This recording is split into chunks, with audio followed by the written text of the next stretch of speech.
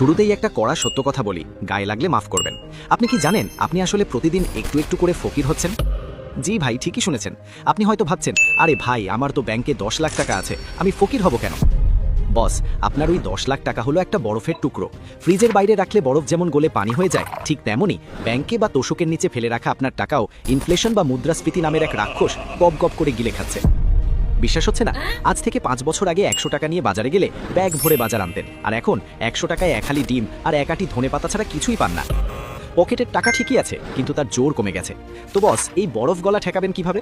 টাকা কি ব্যাংকে এফডিআর করবেন, নাকি বইয়ের জন্য সীতাহার গড়াবেন, নাকি গ্রামে এক টুকরো জমি কিনবেন? আজকের ভিডিওতে আমরা বল্টুর জীবনের এক মহা চিপায় পড়া গল্প দিয়ে এই রহস্যের সমাধান করব। ভিডিওর শেষে এমন একটা সিক্রেট টিপস আছে যেটা জানলে আপনার চোখ কপালে উঠবে, তাই ভিডিওটা স্কিপ করলে লসটা কিন্তু আপনারই, আমার না। আমাদের গল্পের হিরো বল্টু। বল্টু মিয়া সম্প্রতি দুবাই থেকে দেশে ফিরেছে। পকেটে তার গরম গরম 15 লাখ টাকা। বল্টু এখন নিজেকে এলাকার ডন মনে করছে। সে ভাবছে এই টাকা দিয়ে সে এমন কিছু করবে যাতে তাকে আর কোনোদিন কাজ করতে না হয়। কিন্তু সমস্যা হলো, বল্টুর মাথায় বুদ্ধি কম, কিন্তু তার পরামর্শদাতা অনেক বেশি। বল্টু গেল তার বড় ভাই মফিজের কাছে।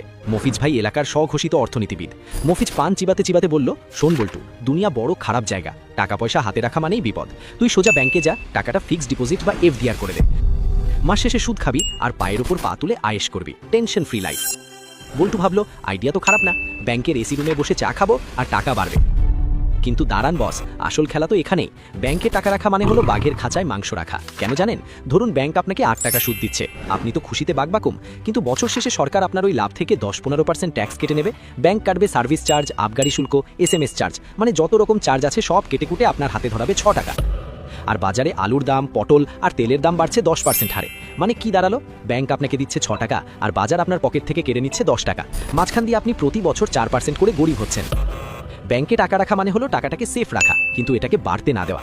এটা হলো সেই অলস ছেলের মতো যে ক্লাসে শুধু উপস্থিত থাকে কিন্তু পরীক্ষায় পাশ করে না। যারা হার্টের রোগী, রিস্ক নিতে ভয় পান, তাদের জন্য ব্যাংক ঠিক আছে। কিন্তু আপনি যদি বড়লোক হতে চান, তাহলে ব্যাংক হলো সবচেয়ে স্লো বাসের মতো, যেটা আপনাকে গন্তব্যে পৌঁছবে ঠিকই, কিন্তু ততক্ষণে আপনার নাতিপুতিরা বুড়ো হয়ে যাবে। বল্টুর মন খারাপ, ব্যাংকের চক্করে সে লসে আছে। তখন এলো বল্টুর বউ জরিনা। জরিনার লজিক খুব সিম্পল। সে বলল, ওগো শুনছো, ব্যাংকের টাকায় কিচ্ছু হবে না, তুমি বরং আমার জন্য সোনা কেনো। পাশের বাড়ির ভাবি সেদিন 5 ভরি ওজনের নেকলেস দেখালো, আমার কি শখ জাগে না? আর শোনো, সোনা হলো বিপদের বন্ধু, কিনলে লস নাই। বল্টু পড়ল মহাবিপদে। একদিকে বউয়ের আবদার, অন্যদিকে ইনভেস্টমেন্ট। কিন্তু সোনা বা গোল্ড আসলে কেমন বিনিয়োগ? বস, আমাদের দেশে সোনা মানেই ইমোশন। বিয়ে শাদী অনুষ্ঠান মানেই গা ভর্তি গয়না। ইতিহাস বলে সোনা বা গোল্ড দীর্ঘমেয়াদে ব্যাংকের চেয়ে ভালো রিটার্ন দেয়। গত 20 বছরে সোনার দাম আকাশ ছোঁয়া হয়েছে। যখনই দেশে যুদ্ধ লাগে, মহামারী আসে বা টাকার মান কমে যায়, তখন সোনার দাম বাড়ে। সোনা হলো সেই লয়াল বন্ধুর মতো যে বিপদে আপনার হাত ছাড়ে না। রাত 3টে টাকার দরকার, বউয়ের গয়না নিয়ে বের হন, ক্যাশ টাকা রেডি।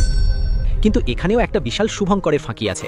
বল্টু যদি এখন 15 লাখ টাকার গয়না কেনে, তাহলে প্রথমেই তাকে 15-20% মেকিং চার্জ বা মজুরি দিতে হবে। মানে গয়না কেনার সাথে সাথে বল্টু 15 লাখ টাকার মালামাল হাতে পেল, যার আসল ভ্যালু হয়তো 12 লাখ টাকা। বাকি 3 লাখ টাকা তো মজুরিতেই হাওয়া। আবার যখন টাকার অভাবে ওই গয়না বেচতে যাবে, তখন দোকানদার বলবে, ভাই খাদ আছে, অ্যাসিড টেস্ট করতে হবে, অমুক চার্জ তমুক চার্জ। মানে কেনার সময়ও লস, বেচার সময়ও লস। তাহলে কি সোনা কিনবেন না? অবশ্যই কিনবেন, কিন্তু বউকে খুশি করার জন্য গয়না কিনলে সেটা বিনিয়োগ নয়, সেটা হলো খরচ। বুদ্ধিমানরা কেনে সোনার বার বা কয়েন, যেখানে মজুরি কম এবং লস কম, অথবা ডিজিটাল গোল্ড। কিন্তু বল্টু তো আর এসব বোঝে না। সে বউয়ের কথায় গয়না কিনলে শিওর ধরা খাবে। সোজা কথা, সোনা আপনাকে ইনফ্লেশন বা মুদ্রাস্ফীতির কামড় থেকে বাঁচাবে, কিন্তু আপনাকে রাতারাতি আম্বানি বা আদানি বানাতে পারবে না। বল্টু এবার হতাশ হয়ে চায়ের দোকানে বসে আছে। তখন সেখানে হাজির এলাকার আসল খেলোয়াড়, ব্রোকার বা দালাল চাপাবাজ কাশেম। কাশেম ভাই বলল, আরে বল্টু, তুই কি বোকা? টাকা কি ব্যাংকে বা সোনায় পচে? টাকা মাটিতে ঢাল। মাটি কোনোদিন বেইমান করে না। ওই দেখ, পদ্মার পাড়ে চর জেগেছে, এক্ষুনি কিনে রাখ, 5 বছর পর দেখবি ওটা গুলশান হয়ে গেছে। জমি কেন? জমি। কাশেম ভাইয়ের কথা শুনে বল্টুর চোখে টাকার ঝিলিক। বাংলাদেশে গত 30 বছরে জমি বা রিয়েল এস্টেট যে পরিমাণ লাভ দিয়েছে, তা অন্য কোথাও পাওয়া অসম্ভব। 10 বছর আগে যে জমির দাম ছিল 1 লাখ, এখন তার দাম 15 লাখ। জমি আপনাকে বছরে 20 থেকে 30% পর্যন্ত রিটার্ন দিতে পারে। এটা হলো সেই ঘোড়া যে দৌড়ালে থামানো মুশকিল। কিন্তু বস, লাফ দেওয়ার আগে গর্তটা দেখে নিন। বাংলাদেশে জমি কেনা আর বাঘের পিঠে চড়া একই কথা। কাশেম ভাইয়ের মতো দালালরা আপনাকে বিলের মাঝখানের জমি দেখিয়ে বলবে এটা হাইওয়ে হবে। আপনি টাকা দিয়ে দলিল করবেন, পরে দেখবেন ওই জমি আসলে খাস জমি, অথবা একই জমি কাশেম ভাই আপনার আগে আরও 3 জনকে বিক্রি করেছে। জমির সবচেয়ে বড় সমস্যা হলো ক্যাপিটাল বা পুঁজি। 15 লাখ টাকায় এখন ঢাকার আশেপাশে গরুর গোয়ালঘর দেওয়ার জায়গাও পাওয়া যায় না। ভালো জমি কিনতে গেলে কোটি টাকা লাগে। আর দ্বিতীয় সমস্যা হলো লিকুইডিটি। ধরুন বল্টু জমি কিনলো, কিন্তু কাল তার হার্ট অ্যাটাক হলো। সে কি কালকেই জমিটা বিক্রি করে হাসপাতালে ভর্তি হতে পারবে? পারবে না। জমি বিক্রি করতে 6 মাস থেকে 1 বছরও লেগে যেতে পারে, আর ততদিনে হয়তো বল্টু পটল তুলবে। তাছাড়া জমি কিনলে আপনাকে উকিল, মুহুরি, সাব রেজিস্ট্রার অফিস আর আদালতের বারান্দায় যে পরিমাণ জুতোর তলা ক্ষয় করতে হবে, তাতে আপনার ইনভেস্টমেন্টের নেশা ছুটে যেতে পারে। জমি আপনাকে রাজা বানাতে পারে, আবার দেউলিয়াও বানাতে পারে যদি দলিলে ভেজাল থাকে। এখন বল্টু পড়েছে মহাচক্করে। ব্যাংক তাকে গরিব বানাচ্ছে, সোনা কিনলে মজুরিতে লস, আর জমি কিনতে গেলে দালালের ভয়। তাহলে বল্টু যাবে কোথায়? টাকাটা কি বালিশের নিচে রাখবে? আসুন এবার একটা ফাইনাল কম্প্যারিজন করি, একদম দেশি স্টাইলে। ধরুন 2005 সালে 3 বন্ধু আবুল, কাবুল আর বাবুল প্রত্যেকে 1 লাখ টাকা ইনভেস্ট করেছিল। আবুল রেখেছিল ব্যাংকে। আজ 2025 সালে তার টাকা বেড়ে হয়তো 4 লাখ হয়েছে, কিন্তু 2005 সালের 1 লাখে যা পাওয়া যেত এখন 4 লাখে তা পাওয়া যায় না। আবুল ভাই এখন আফসোস করে। কাবুল কিনেছিল সোনা, তার 1 লাখ টাকার সোনা এখন 10-12 লাখ টাকা। কাবুল ভাই মোটামুটি হ্যাপি, তার টাকাটা অন্তত পচেনি। আর বাবুল রিস্ক নিয়ে সাভারে একটা জমি কিনেছিল, সেই জমির দাম এখন 80 লাখ টাকা। বাবুল ভাই এখন পাজেরো গাড়ি নিয়ে ঘোরে। তাহলে কি জমি সেরা? দাঁড়ান বস, যদি বাবুল এমন জমি কিন্তু যেটা সরকার অ্যাকুইজিশন করে নিয়েছে বা বেদখল হয়ে গেছে, তবে বাবুল এখন রিক্সা চালাতো। সারমর্ম হলো 1, ব্যাংক হলো সুবোধ বালক, রিস্ক নাই কিন্তু গ্রোথও নাই, টাকা সেফ থাকে কিন্তু বাড়ে না। ইমার্জেন্সি ফান্ড বা আপৎকালীন টাকা রাখার জন্য ব্যাংক সেরা। 2, সোনা হলো ডিফেন্ডার, সে আপনাকে গোল হওয়া থেকে বাঁচাবে, মানে ইনফ্লেশন ঠেকাবে, কিন্তু গোল দিতে পারবে না। মধ্যবিত্তের জন্য এটা সেফ অপশন। 3, জমি হলো স্ট্রাইকার, গোল দিলে হ্যাট্রিক, কিন্তু অফসাইডে পড়লে লাল কার্ড, মানে মামলা মোকদ্দমা। আপনার হাতে যদি প্রচুর অলস টাকা থাকে এবং 5-10 বছর অপেক্ষা করার ধৈর্য থাকে, তাহলে জমিই সেরা। এখন আপনার মনে প্রশ্ন জাগছে, ভাই এত জ্ঞান না দিয়ে সোজা বলুন আমি কি করব? বস, সব ডিম এক ঝুড়িতে রাখবেন না, ঝুড়ি পড়ে গেলে সব ডিম শেষ। আপনার পোর্টফোলিও বা টাকার থলেটা এভাবে সাজান। ধরুন আপনার কাছে 100 টাকা আছে, তার মধ্যে 20 টাকা রাখুন ব্যাংকে বা সঞ্চয়পত্রে, যাতে কাল চাকরি চলে গেলে বা অসুখ হলে কারো কাছে হাত পাততে না হয়। 30 টাকা দিয়ে কিনুন গোল্ড বার বা কয়েন, বইয়ের গয়না কিন্তু নয়, কিন্তু এটা আপনার টাকার মান ধরে রাখবে। বাকি 50 টাকা যদি সম্ভব হয় জমিতে খাটান, আর টাকা কম থাকলে মিউচুয়াল ফান্ড বা শেয়ার বাজারে ভালো কোম্পানি দেখে ইনভেস্ট করুন, অবশ্যই জেনে বুঝে হুজুগে না। আর হ্যাঁ বস, আপনি যদি অল্প টাকায় শেয়ার বাজার বা মিউচুয়াল ফান্ডে বিনিয়োগ করে বল্টুর চেয়েও দ্রুত বড়লোক হতে চান, তাহলে উপরে আই বাটনে দেওয়া আমাদের ওই স্পেশাল ভিডিওটা মিস করবেন না। ওটা দেখলে আপনার ইনভেস্টমেন্টের গেমই চেঞ্জ হয়ে যাবে। এক্ষুনি ক্লিক করে দেখে নিন। বল্টুকে আমরা এই পরামর্শই দিলাম। সে এখন 15 লাখ টাকার মধ্যে 5 লাখ ব্যাংকে রেখেছে, 3 লাখ টাকার গোল্ড কয়েন কিনেছে, আর বাকি 7 লাখ টাকা দিয়ে গ্রামে একটা ছোট ধানি জমি বর্গা দিয়েছে। বল্টু এখন হ্যাপি, তার বউ হ্যাপি, এমনকি কাশেন বালালও হ্যাপি, কারণ বল্টু তাকে চা খাইয়েছে।